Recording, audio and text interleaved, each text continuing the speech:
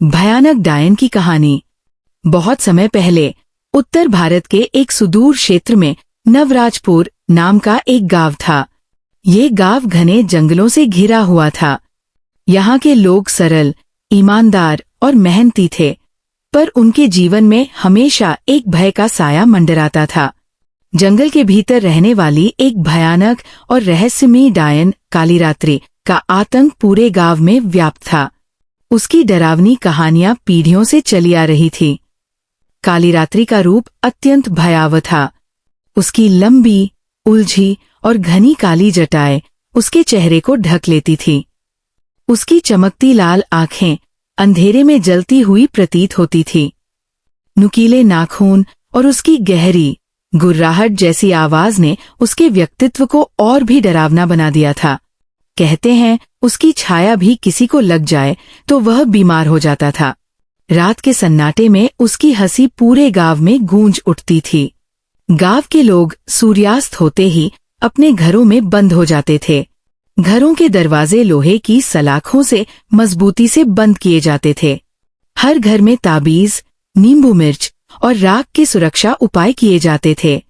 बच्चों को रात में बाहर जाने की अनुमति नहीं थी। कई बार गांव से बच्चे और मवेशी रहस्यमयी तरीके से गायब हो जाते थे। लोगों का मानना था कि कालीरात्रि उन्हें उठा ले जाती है।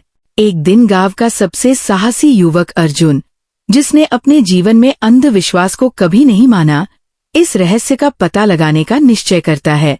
अर्जुन निडर था और उसे विश्वास था कि डर को समझना जरूरी है। एक रात हथियारों से लैस होकर अर्जुन जंगल की ओर निकल पड़ा। रास्ते में उसे गांव के बुजुर्गों ने रोका, लेकिन अर्जुन का इरादा अडिग था।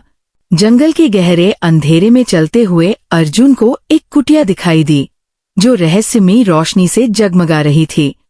जैसे ही वो पास पहुंचा, उसे एक गूढ़ मंत्रों की गूंज सुनाई दी।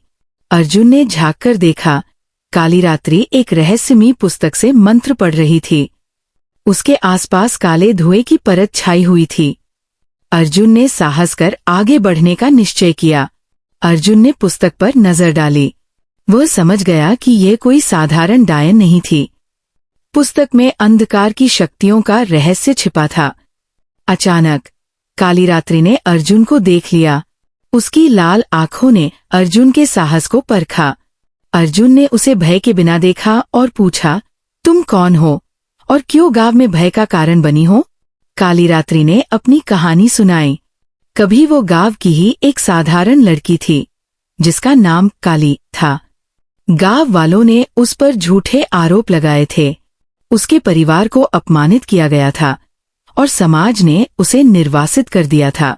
अंधेरे में अकेली रहने को मजबूर होकर उसने अंधकार की शक्तियों का सहारा लिया और धीरे धीरे वह कालीरात्रि बन गई। उसकी आत्मा दर्द और बदले की भावना से भर गई थी। अर्जुन को समझ आया कि डर को खत्म करने के लिए उसके मूल कारण को जानना आवश्यक है। उसने निर्णय लिया कि वह कालीरात्रि को उसकी पीड़ा से मुक्त करेगा। अर्जुन ने पुस्तक से समाधान खोजा और एक विशेष अनुष्ठान की तैयारी शुरू की। गांव वालों को भी इस बारे में बताया और सबको समझाया कि उनकी नफरत और अविश्वास ने ही कालीरात्रि को जन्म दिया है। पूर्णिमा की रात को अर्जुन ने अनुष्ठान शुरू किया। कालीरात्रि के समक्ष खड़े होकर उसने अपने अपराधों के लिए क्षमा मांगी। अन्य गांव वालों ने भी अपनी गलतियों को स्वीकार किया।